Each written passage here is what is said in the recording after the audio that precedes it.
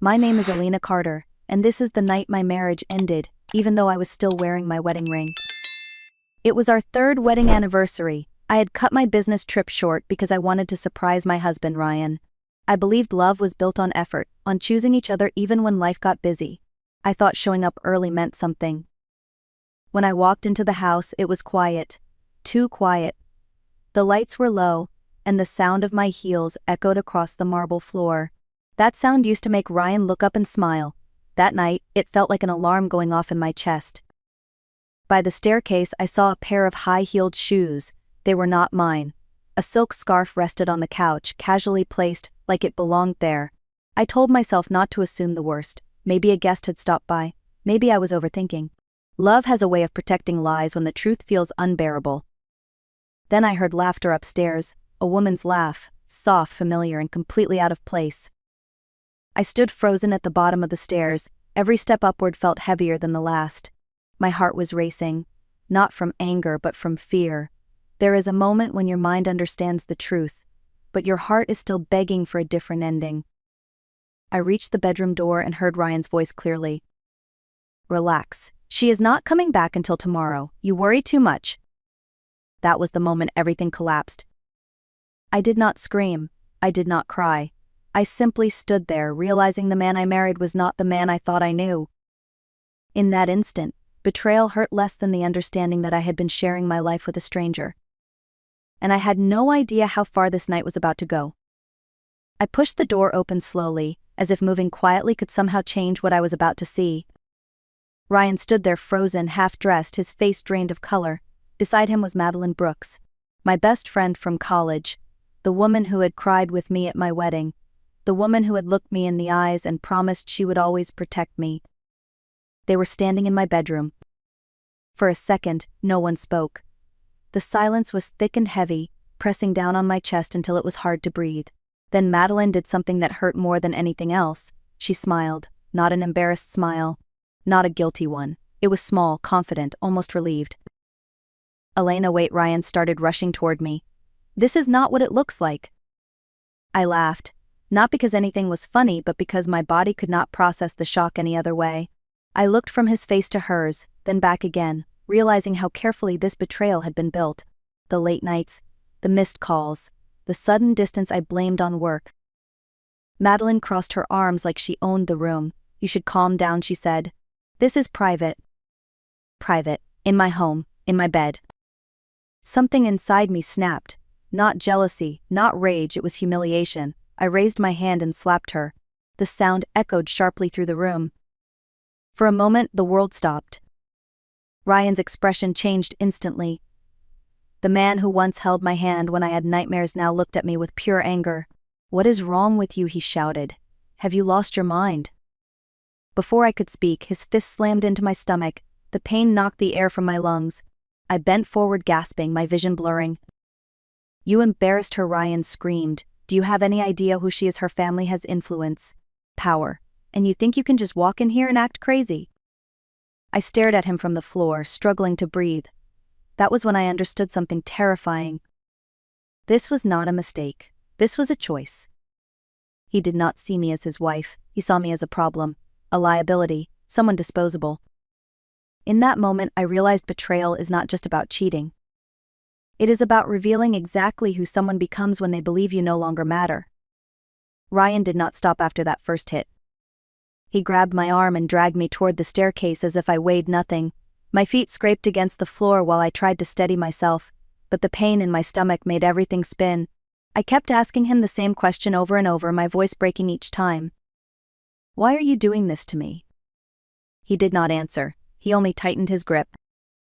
"You should have stayed quiet," he said. "You should have known your place." Those words hurt more than his hands. I had stood beside him when his business was nothing more than an idea and a borrowed desk. I had helped him prepare presentations, connected him with people I trusted, and believed in him when no one else did. And now he spoke to me like I was an inconvenience. At the top of the stairs, he shoved me hard. I lost my balance. Time seemed to slow as my body tipped forward. My leg hit the edge of the banister at an unnatural angle. There was a sharp cracking sound, loud enough to echo through the house, followed by a pain so intense it stole my breath. I screamed. I collapsed at the bottom of the stairs, my right leg twisted in a way it should never bend. Cold sweat soaked through my clothes as nausea rolled through me. I could not move. I could barely think. Ryan walked down slowly, looking at me with annoyance rather than concern. "Get up," he said. "Stop pretending." When I did not move, he kicked my injured leg. I screamed again, my voice raw and desperate. That was when Madeline spoke up behind him. Her voice trembled, but not with empathy. "Ryan, I think she is really hurt." He sighed like I was an inconvenience that ruined his night. What a mess. He grabbed me by the arms and dragged me across the floor, ignoring my cries, ignoring the blood on the marble. He pulled me toward the basement door and threw me inside like unwanted trash. As the door slammed shut, darkness swallowed me whole. "Do not give her food or water," he said to someone upstairs. "Let her think about what she has done." I lay there on the cold concrete floor, my leg throbbing, my body shaking uncontrollably. In that moment, I understood something with absolute clarity. This was no longer about betrayal. This was about survival.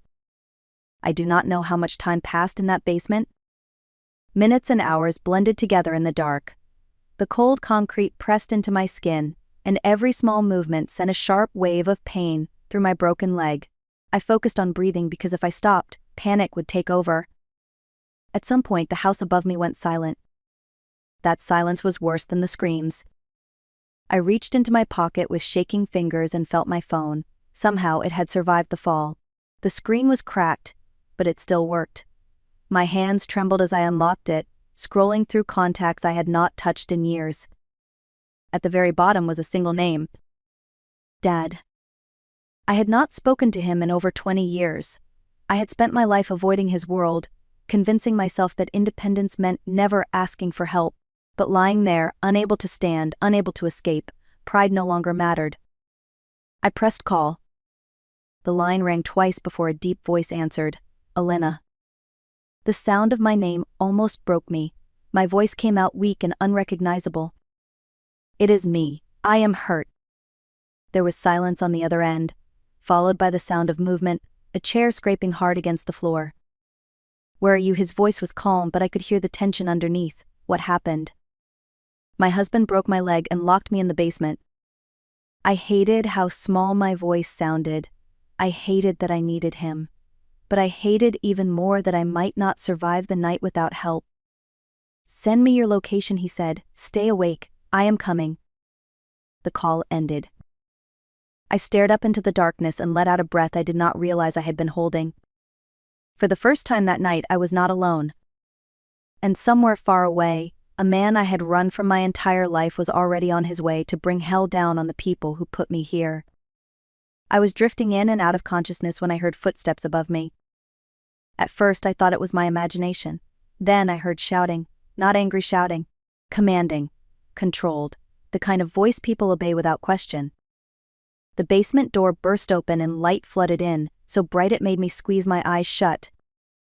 A man in a dark suit rushed toward me and knelt at my side. "Miss Carter," he said gently. "My name is Victor Hale. Your father sent me." Those words barely registered before strong arms carefully lifted me off the floor. I gasped as pain shot through my leg, but Victor moved with precision, steady and calm. As we reached the top of the stairs, I saw Ryan on his knees in the living room, his face pale, his hands shaking as several men stood behind him. Madeline was sobbing in a corner, makeup streaked down her face, no trace of confidence left. I did not feel satisfaction, only distance. Outside, a black car waited. The door opened and I saw him. My father. Dominic Romano looked older than I remembered. His hair was gray now, his face lined with time. But his eyes were the same sharp and unreadable eyes from my childhood. When he saw my leg, his expression tightened in a way I had never seen before. "Elena," he said quietly. He reached for me, then stopped himself, as if afraid to hurt me further. Victor placed me gently in the car and my father sat beside me, his presence heavy and protective. I spent my life pretending I did not need him. But as the car pulled away from that house, I realized the truth. I had not escaped his world. I had only delayed the moment when it would save my life. The surgery was successful, but recovery was slow. I woke up in a private hospital room overlooking the city, my leg wrapped in heavy casts, pain pulsing with every heartbeat. Machines beeped softly around me. The room smelled like disinfectant and expensive flowers I did not recognize. My father sat by the window, reading reports like this was just another business meeting. When he noticed I was awake, he put everything aside and came to my bed. "You are safe now," he said. "No one will ever touch you again." I looked at him for a long moment before answering. "I do not want them hurt, not yet." He studied my face carefully, then nodded once. He understood before I finished speaking. Revenge driven by rage burns fast and leaves nothing behind. I was not angry anymore. I was clear. I told him my plan. I would return to the house. I would pretend to forgive Ryan. I would let him believe he was safe. People like him always make mistakes when they think they have won. My father frowned. "That house is dangerous." "I know," I said calmly. "But I need the truth. I need proof. And I need him to destroy himself." That was when he introduced Victor Hale properly. He would be my shadow, my protection. Always close, never visible. I was discharged days later. When Ryan walked into the hospital room with flowers and trembling hands, I smiled softly and told him it was my fault too.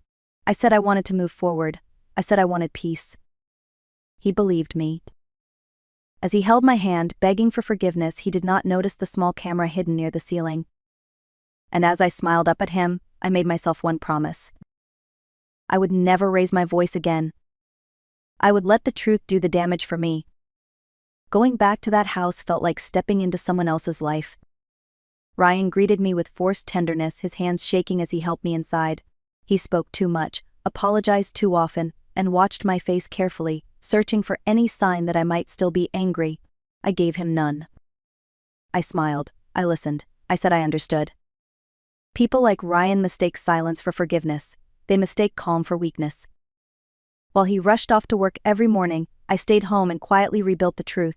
I knew his passwords. I knew his habits. I knew which lies he told first when he felt cornered. Within days, I had bank records, hotel receipts, and messages he never thought I would see. Then came the company anniversary gala. The room was filled with investors, city officials, and people who believed they were untouchable. Ryan stood beside me, proud, smiling for cameras, convinced the worst was behind him. When my name was announced, I stood and walked to the stage slowly, leaning on my cane. The room went quiet. I thanked everyone for coming. I thanked my husband for his patience and support.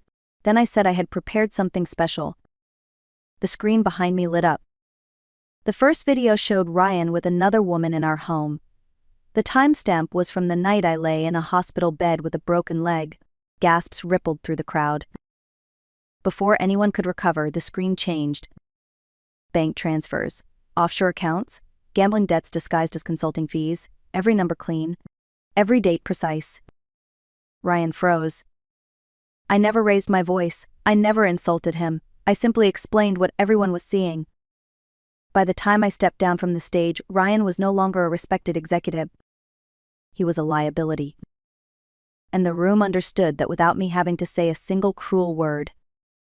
That was the moment I realized something powerful.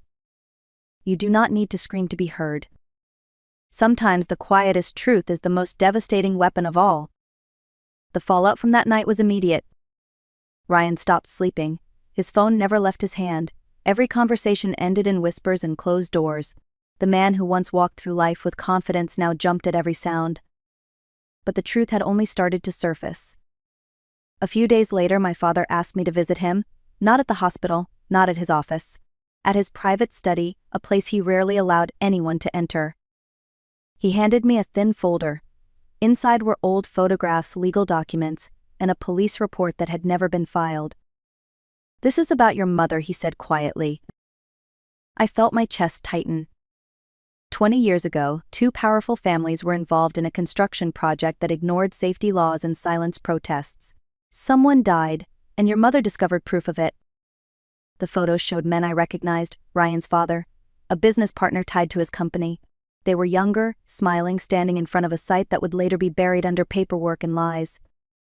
Your mother was going to expose them, my father continued. She refused their money. She refused to stay silent. I stared at the images, my hands trembling. They called her death an accident. But it was not.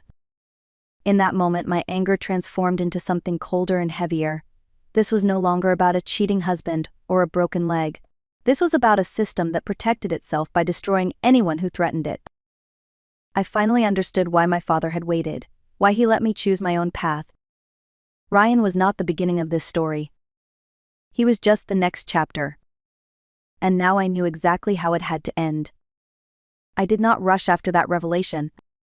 Grief makes people reckless. I chose precision. With Lucas Bennett's help, I began to understand the structure of Ryan's company from the inside out. On paper, it looked successful. In reality, it was bleeding. Inflated contracts, hidden loans, assets quietly pledged as collateral without board approval. Ryan thought I did not understand numbers. He was wrong. While he scrambled to control rumors, I spoke calmly with shareholders who were already nervous. I asked simple questions. Where did this money go? Why was this debt hidden? Why were safety reports altered? I never accused, I only asked. Within weeks, an emergency board meeting was called.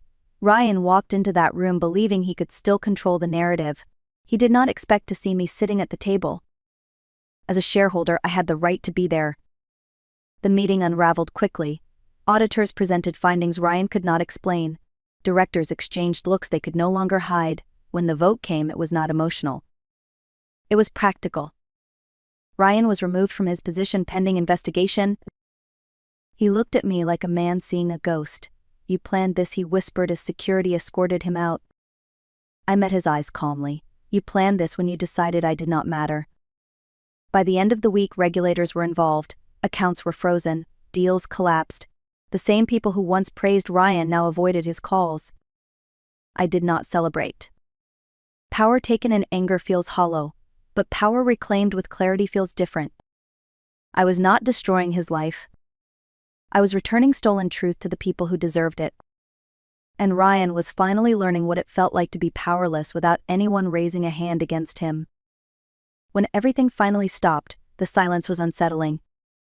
Ryan was under investigation. His company was in chaos. The house that once felt like a prison was empty now, stripped of its false warmth. I had achieved everything I thought I wanted. And yet, I felt nothing. I stood by the window one evening, watching the city lights flicker on, realizing that revenge does not arrive with fireworks. It arrives quietly, leaving you alone with yourself. I had imagined relief, satisfaction, closure. Instead, there was a strange emptiness, like walking out of a storm only to realize the damage was already done. My leg was healing, but something inside me was still broken. My father noticed before I said a word. He sat beside me and spoke softly. You won, Elena, but winning does not always mean peace.